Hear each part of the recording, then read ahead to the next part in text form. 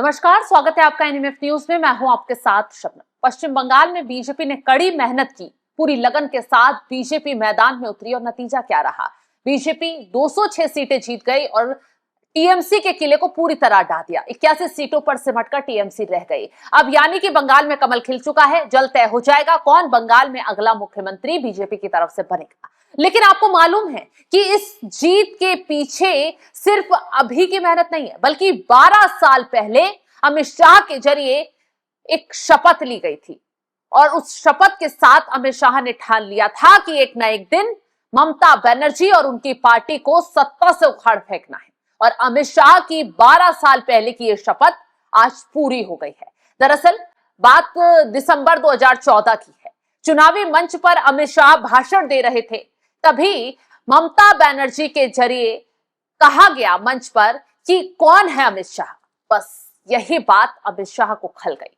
जैसे ही अमित शाह को यह पता चला कि ममता बनर्जी ने तंज कसा और यह कहा कि कौन है अमित शाह ने उस दिन ही शपथ ले ली थी, उस दिन ही ठान लिया था कि एक ना एक दिन बंगाल से टीएमसी का सफाया करेंगे, ममता की सत्ता को यहां से हटाएंगे और ममता को दिखाएंगे कि कौन है अमित शाह। और आज देखिए वो शपथ पूरी हुई। अमित शाह ने ममता बनर्जी को दिखा दिया, बता दिया कि अमित शाह कौन है।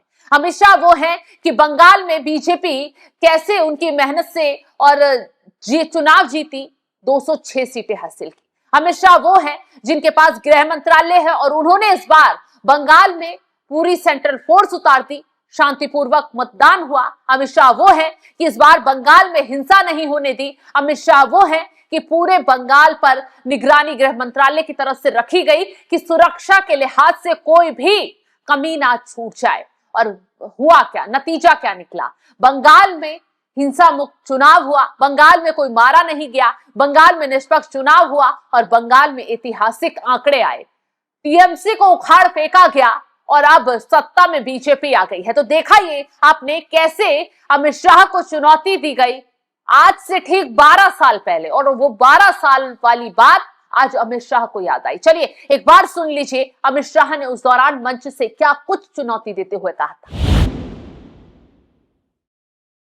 मित्रों, कुछ दिन पहले ये रैली की जब बात चलती थी तो ममता जी ने मीडिया के सामने एक छोटा सा सवाल किया कि अमित शाह कौन है, ऐसा पूछा था। दीदी, अगर आप देख सकती है तो देख लीजिए, सुन सकती है तो सुन लीजिए, मैं अमित शाह हूं। मैं भारतीय जनता पार्टी का एक छोटा सा कार्यकर्ता हूं। मैं अमित शाह हूं और इस बंगाल की भूमि पर से तृणमूल को उखाड़ने के लिए आया हूं, वो आप समझ लीजिए। तो इस नतीजों ने अमित शाह की उस प्रतिज्ञा को ही याद दिला दिया है जो 12 साल पहले अमित शाह के जरिए ली गई थी। बता दें आपको, कोलकाता के धर्मतला में एक रैली के दौरान अमित शाह भीड़ के सामने खड़े हुए थे और ममता बनर्जी के पूछे गए सवाल को याद किया था।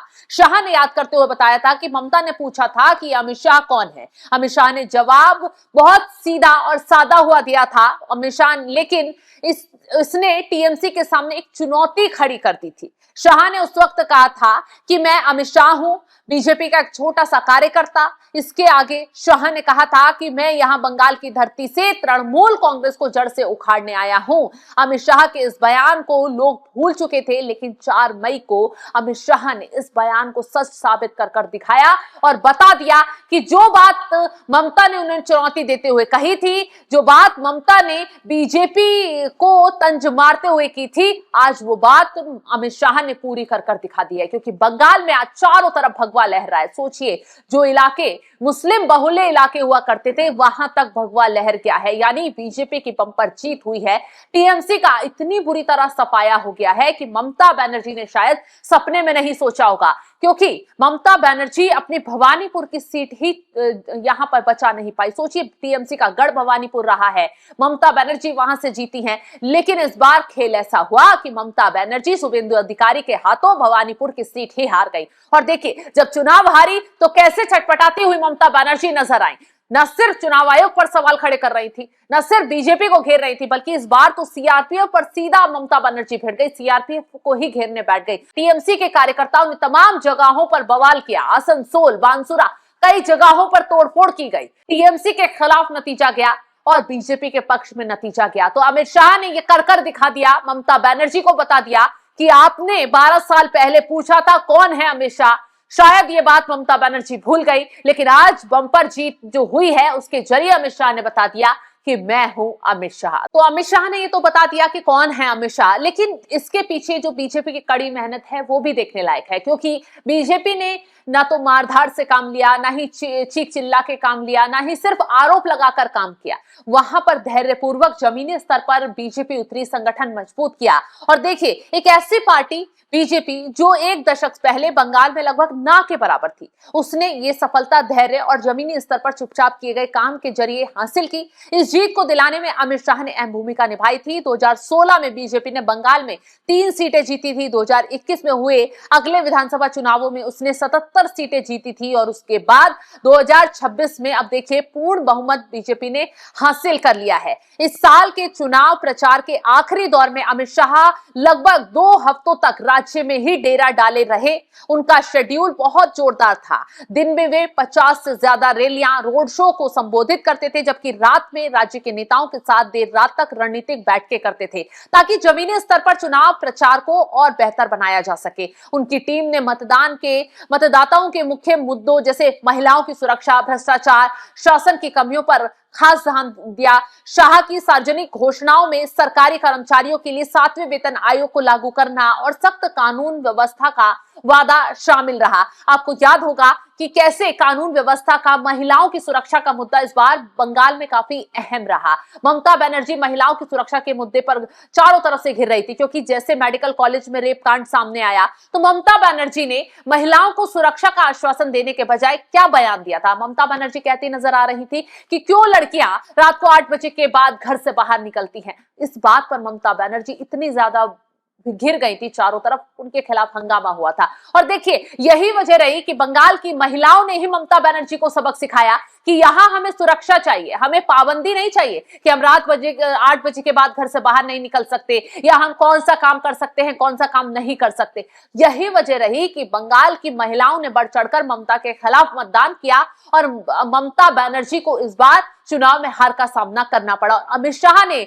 जिस तरीके से मोर्चेबंदी की, अपनी पूरा संगठन जमीनी स्तर पर उतारा, पूरी मजबूती के साथ लोग, कार्यकर्ता, नेता, सब लोग घर घर तक मतदाताओं के साथ जुड़े, उनसे बातचीत की, उन्हें सुरक्षा का वादा किया, उनके साथ महिलाओं को सुरक्षा का जो आश्वासन है वो दिया गया कि अगर बंगाल में बीजेपी आती है तो यहां सुरक्षा सुनिश्चित की जाएगी। और उसी का नतीजा रहा, बीजेपी के पक्ष में नतीजे चली गए। अब देखिए, जब अमित शाह ने 2014 में वादा किया था तब पश्चिम बंगाल में बीजेपी का कोई खास संगठनात्मक आधार नहीं था। शुरुआती चुनावी रिकॉर्ड में उनकी ये मामूली मौजूदगी साफ झलकती है।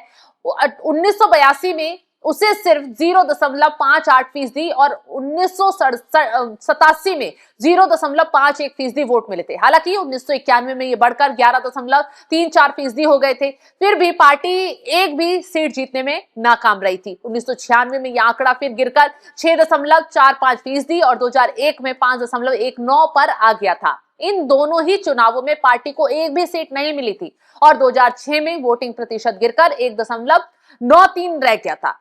यहां तक कि 2011 में भी 4.06% वोट शेयर के साथ बीजेपी चुनावी तौर पर कोई खास असर नहीं डाल पाई। 2016 के बाद ही उसका वोट शेयर असल सीटों में बदलना शुरू हुआ, जो राज्य में उसके आधार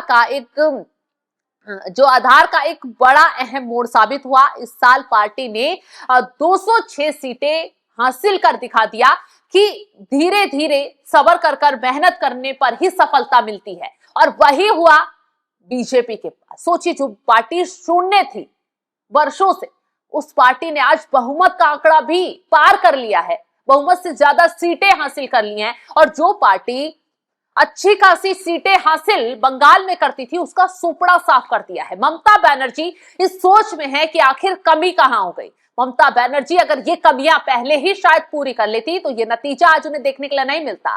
और अगर बीजेपी ये चीज ना भापती कि ममता ने कहां कमियां छोड़ी, जनता की जरूरत क्या है, तो आज बीजेपी यहां ना होती, बल्कि बीजेपी ने जो चीजें भापी, जो कमियां देखी, उसके अकॉर्डिंग ही आज बीजेपी ने सफलता हासिल की है। तो अमित शाह की इसी मेहनत का नतीजा आज बंगाल को देखने के लिए मिला है। फिलहाल इस खबर को लेकर आप क्या कुछ राय रखते हैं, कमेंट बॉक्स में जरूर बताइएगा और तमाम बड़ी खबरों की अपडेट के लिए आप हमारे साथ जुड़े रहें। नमस्कार।